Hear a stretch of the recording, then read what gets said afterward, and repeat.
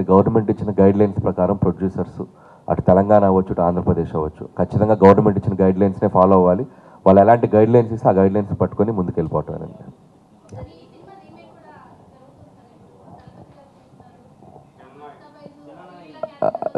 So యాక్చువల్గా అది వాళ్ళు కూడా చాలా దాచిపెట్టి చెప్తున్నారు. మా డైరెక్టర్ కూడా ఇది కొంతమంది రీమేక్ అంటున్నారు, కొంతమంది కాదంటున్నారు, ఇది తలపతి విజయ్ గారి సినిమా అని చెప్పాడు ఆ డైరెక్టర్.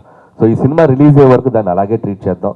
ఇది తలపతి విజయ్ సినిమా, ఆయన సినిమా. నేను విజయ్ గారిని కూడా 2 times కలవడం జరిగింది వారీసు ఫిల్మ్ షూటింగ్ జరిగేటప్పుడు. సచ్ సూపర్ జెంటిల్మెన్ ఆయన. అండ్ ఆయన పొలిటికల్గా వెళ్తూ ఆయన నటిస్తున్న ఆఖరి చిత్రం. సో దాంట్లో నా పాత్ర ఉందా లేదా అనేది రేపు రిలీజ్ అయ్యాక తెలుస్తుంది. రిలీజ్ అయ్యాక డెఫినెట్గా అదేంటో అందరికీ తెలుస్తుంది. వాళ్ళు దాన్ని ఎలా ట్రీట్ చేశారు, ఎలా చేశారు అనేది అప్పుడు మాట్లాడటం కరెక్ట్ అమ్మా. సో సినిమా ముందు వరకు మాత్రం డోంట్ గివ్ ఇది ఆ రీమేకా ఈ రీమేకా కాకుండా దాంట్లో వాళ్ళు ఏం చేశారు అనేది రిజల్ట్ తర్వాత మీరు చూస్తే అర్థమవుతుంది.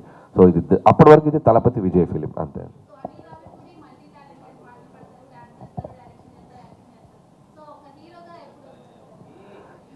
ఇప్పుడు వరకు ఎన్ని వేషాలు వేసినా అది మీకోసమే, ప్రేక్షకుల కోసమే. ఏదో వాళ్ళ అటెన్షను, వాళ్ళు నన్ను అభిమానిస్తే ఏదో నా సినిమాల మీద వాళ్ళ పట్ల ఒక ఇంట్రెస్ట్ పెరుగుతుంది. సో అనేది ఎప్పుడు నా కోరికమ్మ. అండ్ ఇన్బిల్ట్ ఒక క్రేజీ ఫెలో నేను. సౌండ్ వస్తే ఆగలేను, మ్యూజిక్ వస్తే ఆగలేను. సో బేసిక్గా నా నేచర్ అదే, నవ్వుతూ ఉంటా, నవ్విస్తూ ఉంటా. And I carry my self, నేను ఎలా ఉన్నాను అలాగే ప్రజెంట్ చేస్తా. ఇక హీరో అంటారా, అది ఇప్పట్లో ఆలోచన లేదు. సో యాజ్ ఆఫ్ నో డైరెక్టర్గా మంచి పీక్లో ఉన్నాను, మంచి పాజిటివ్ ఫేజ్లో ఉన్నాను. లెట్స్ సీ, ఫ్యూచర్ డిసైడ్ చేస్తుంది ఏమవుతుంది. నన్ను ఇలాంటి కాంప్లికేట్ క్వశ్చన్లు అడుగుతున్నాను మీరు? ఇప్పుడు నేను అసలు హీరోగానే ఫిక్స్ అవ్వలేదు, అప్పుడే మీరు హీరోయిన్ డిసైడ్ చేస్తున్నారు.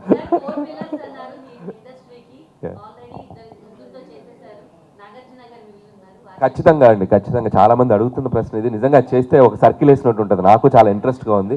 చూద్దాం, ఇంకా ఈ 2-3 yearsలో ఎప్పుడైనా అలాంటి కాంబో కుదిరితే ఖచ్చితంగా చేస్తానండి. అదే ఖచ్చితంగా, మీరే మంచి కథ ఉంటే ఇవ్వండి, మంచి ఐడియా. హలో బ్రదర్ లాంటి ఫిల్మ్ ఖచ్చితంగా నాగార్జున గారితో డెఫినెట్గా అవకాశం వస్తుంది.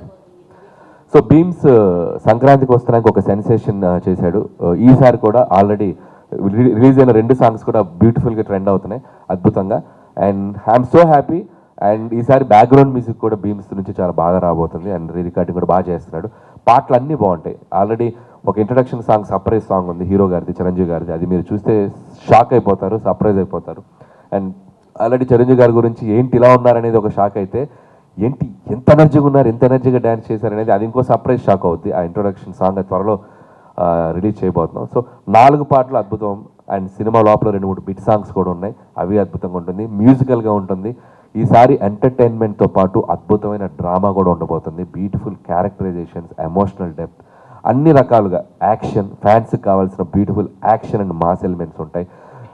అండ్ నాకు చిరంజీవి గారిని నేను ఎలా పరిచయం అయ్యారో, నేను చిన్నప్పటి నుంచి చూసిన చిరంజీవి గారు నాకు ఎలా పరిచయం అయ్యారో, ఆయన్ని మళ్ళీ నేను ఒకసారి ఇంకోలా పరిచయం చేద్దామని ఒక అప్డేటెడ్ వెర్షన్లో ట్రై చేశాను. సో డెఫినెట్గా ప్రేక్షకులందరూ దీన్ని ఎంజాయ్ చేస్తారని నమ్ముతున్నాను.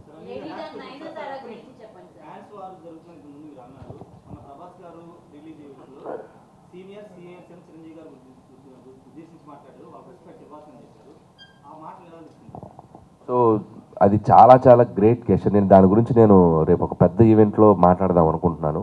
సో మీరు ఇప్పుడు అడిగారు కాబట్టి డెఫినెట్లీ దాని గురించి అక్కడ మాట్లాడతాను. I want to say something. నిజంగా ప్రభాస్ గారి ఒక వ్యక్తిత్వానికి నిదర్శనం ఆ స్టేట్మెంట్ ఇవ్వటం. ఆయన ఉన్న స్థాయికి, ఆయన ఉన్న స్టేటస్కి ఈరోజు ఒక పాన్ ఇండియా స్టార్గా ఉన్న ప్రభాస్ గారు సీనియర్స్ తర్వాతే మేము అని ఒక స్టేట్మెంట్ ఇవ్వటం అనేది నిజంగా ఆయన వ్యక్తిత్వానికి హ్యాట్స్ ఆఫ్. అందుకే ఆయన డార్లింగ్ ప్రభాస్ అంటాం మనం. సో ఆయన నేచర్, ఆయన హ్యుమానిటీ కాబట్టి ఈరోజు ఆయన ఆ స్థాయిలో ఉన్నారు. సో ఆ స్టేట్మెంట్ మాత్రం నిజంగా హ్యాట్స్ ఆఫ్ ప్రభాస్ గారికి. సో ఖచ్చితంగా మా తరపున రాజాసాబ్కి 8th ప్రీమియర్స్కి మేమందరం మా టీంతో వెళ్ళి ఆ సినిమాని మేము సెలబ్రేట్ చేసుకుంటాం. అది త్వరలో చెప్తామండి. అంటే అది ఇంకా ప్లానింగ్ జరుగుతుంది, ఎట్లా రిలీజ్ చేయాలి ఏంటి అనేది. అండ్ ప్రొడ్యూసర్స్ వాళ్ళు చెప్తారు అది ఎట్లా ఏంటని.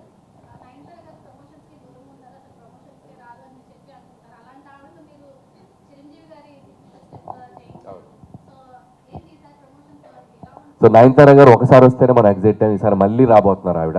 ఎలా రాబోతున్నారు అనేది హ్యాపీ న్యూ ఇయర్ రోజు తెలుస్తుంది.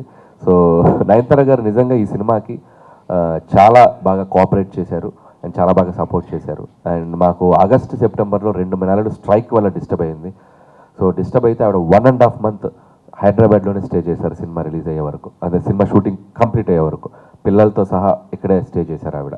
ఎందుకంటే ఆవిడ పిల్లల్ని వదిలి ఉండలేరు, ఒక 1 day అయినా 2 days అయినా వెంటనే. సో 1.5 month ఇంటికి దూరంగా ఇక్కడ వచ్చి ఉంటాం అనేది నిజంగా నయనతార గారికి కూడా చాలా థ్యాంక్స్ చెప్పాలి. సో చాలా బాగా సపోర్ట్ చేశారు. అండ్ ప్రమోషన్స్ మీరు అన్నట్టు నాకు దొరికింది ఆపర్చునిటీ. ఆవిడే సర్ప్రైజ్ అయ్యారు, ఎందుకని నువ్వు చెప్పగానే నేను చేసేసాను, నాకు అర్థం కాలేదండి ఆవిడ. సో నాకు అదొక రకంగా మీ అందరి దగ్గర నుంచి ఆ అప్రిషియేషన్ తీసుకోవడానికి హెల్ప్ అయింది. సో నయనతార గారితో ప్రమోషన్ చేయించంటూ పర్సన్ మారుతూ ఉంటాయి. సో మనకి రిజల్ట్ ప్రేక్షకులు వాళ్ళు ఇచ్చే రెవెన్యూస్, వాళ్ళు ఇచ్చే బాక్స్ ఆఫీస్ రిజల్ట్స్ని బట్టి ఆ సినిమా సక్సెస్ ఆధారపడి ఉంటుంది. కాబట్టి నాకు ఈ జర్నీలో నాకు ఫస్ట్ సినిమా నుంచి పటాస్ తర్వాత నుంచి అలవాటు అయిపోయింది. నాకు ఏ సినిమా కూడా అంటే ఒక సినిమాకి ఒకలా వస్తుంది. సో వాళ్ళని నేను తప్పు పట్టలేదు, ఎప్పుడు పట్టలేదు. బికాస్ ఎందుకంటే వాళ్ళు సినిమా రిలీజ్ అయ్యాక కూడా దాన్ని అద్భుతంగా ముందుకు తీసుకెళ్లారు. మేము ఇది ఇచ్చాం కదా, మా రివ్యూ కరెక్ట్ అని చెప్పి వాళ్ళు ఎప్పుడు దాన్ని క్రిటిసైజ్ చేయలేదు. ఆడియన్స్ ఇచ్చిన వర్డిక్ట్ని వాళ్ళు అద్భుతంగా ముందుకు తీసుకెళ్లారు. కాబట్టి వాళ్ళని నేను ఎప్పుడు, నాకు కంప్లైంట్ లేదు. నా ఆశ, నా కోరిక ఎప్పుడు ప్రేక్షకుల్ని సాటిస్ఫై చేయగలుగుతానా లేదా ఆ టెన్షనే ఉంటుంది. వాళ్ళు వన్స్ జడ్జిమెంట్ ఇచ్చాక ఐఎమ్ సో హ్యాపీ. అండ్ మీరు అన్నట్టు ట్రాలింగ్ అంటారా, తెలుగు చలనచిత్ర పరిశ్రమలు ఇప్పుడు వెరీ కామన్ అయిపోయింది ఫ్యాన్ వార్స్. సో అవి ఎగ్జిస్ట్ అవుతూనే ఉంటాయి. ఒక సినిమా, ఒక హీరో సినిమా వచ్చినప్పుడు ఆటోమేటిక్గా మొదటి రోజు ఒక 2 గంటలు 3 గంటలు సో యాంటీ ఫ్యాన్స్ కానివ్వండి, ఇలాంటి అందరి హీరోలకు ఉందండి, ఒక చిరంజీవి గారికైనా కాదు, ప్రతి హీరోకి ఉంది. సినిమా కంటెంట్ బాగుందనుకోండి, ఆ కంటెంట్ సినిమా ప్రేక్షకులు దాన్ని అద్భుతమైన స్థాయికి తీసుకెళ్ళిపోతారు. కాబట్టి వాటికి మనం ఎంత రియాక్ట్ కాకుండా ఉంటే అంత మంచిదని నమ్ముతాను. సో అందరి హీరోలు ఫ్యాన్స్కి ప్రతి సినిమాకి ఇలాంటి జరుగుతుంటే నా విన్నపం ఏంటంటే, ఒకప్పుడు మనం సినిమాని ఇర్రెస్పెక్ట్ ఆఫ్ ఎవ్రీథింగ్ సెలబ్రేట్ చేసుకున్నాం. ఏ హీరో సినిమా వచ్చినా బాగుందన్నప్పుడు అద్భుతంగా ఎంజాయ్ చేసేవాళ్ళం. రాను ఏంటంటే కొద్దిగా ఈ సోషల్ నెట్వర్క్ వచ్చాక దీంట్లో కొద్దిగా ఎక్కువ అవుతుంది. సో దాన్ని మనం మార్చలేము. బట్ అందరూ సినిమాలు బాగుండాలని రియలైజ్ అయ్యి అందరూ ఉంటే అందరు సినిమాలు అందరూ సెలబ్రేట్ చేసుకోవచ్చు.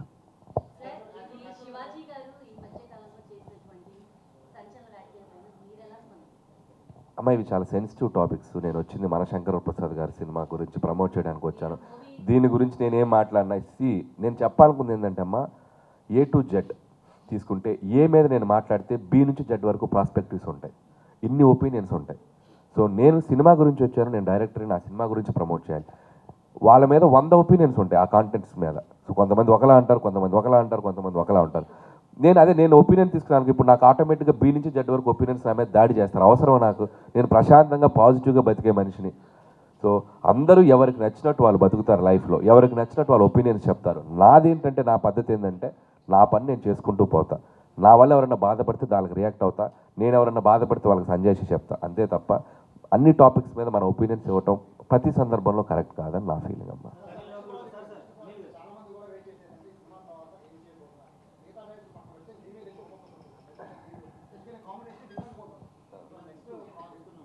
సో నెక్స్ట్ అంటే నేను సినిమా అయ్యే టైంకి కానీ నాకు బల్బు వెలగదు ఏం చేయాలనేది. సో నా తాపత్రం ఏమంటే, సో భగవంత్ కేసరి లాంటి ఒక డిఫరెంట్ జానర్కి వెళ్ళి ఒక అద్భుతమైన డ్రామా ఫిల్మ్ చేసిన ఆ సినిమాకి ఒక నేషనల్ అవార్డు వచ్చింది. సో ఎంటర్టైనర్స్ చేస్తూ మధ్యలో ఏదైనా ఒక ఎక్స్పెరిమెంటల్ ఫిల్మ్, ఒక మంచి డ్రామా ఫిల్మ్ చేయాలని నేను ఎప్పుడు అనుకుంటాను. సో అది ఎప్పుడు చేయాలనేది ఆ వెళ్ళే ప్రాసెస్లోనే తెలుస్తుంది. ఇప్పుడు ఆడియన్స్ సంక్రాంతికి వస్తున్న తర్వాత వాళ్ళు ఇచ్చిన రిజల్ట్కి మళ్ళీ వాళ్ళని ఎంటర్టైన్ చేద్దామని మళ్ళీ ఈ సినిమాతో వచ్చాను. రేపు ఈ సినిమా కూడా అద్భుతమైన హిట్ అయితే సరే ఇంకొకసారి వాళ్ళు మళ్ళీ ఇలా అనిపిస్తుంది బ్రెయిన్కి. సో అది వెళ్ళే ప్రాసెస్లో ఎక్కడ బ్రేక్ ఇవ్వాలి, ఎక్కడ పాజ్ ఇచ్చి ఇంకొక జోనర్ ట్రై చేయాలనేది వెళ్ళే ప్రాసెస్లోగానే అర్థమవుద్ది. సో ఖచ్చితంగా ఈ సినిమా రిలీజ్ అయ్యి మీరు ఇచ్చే వర్డిక్ట్ని బట్టి, మీరు ఇచ్చే రిజల్ట్ని బట్టి మళ్ళీ నా నెక్స్ట్ సినిమా ఏం చేయాలనేది డిసైడ్ అవుతాను.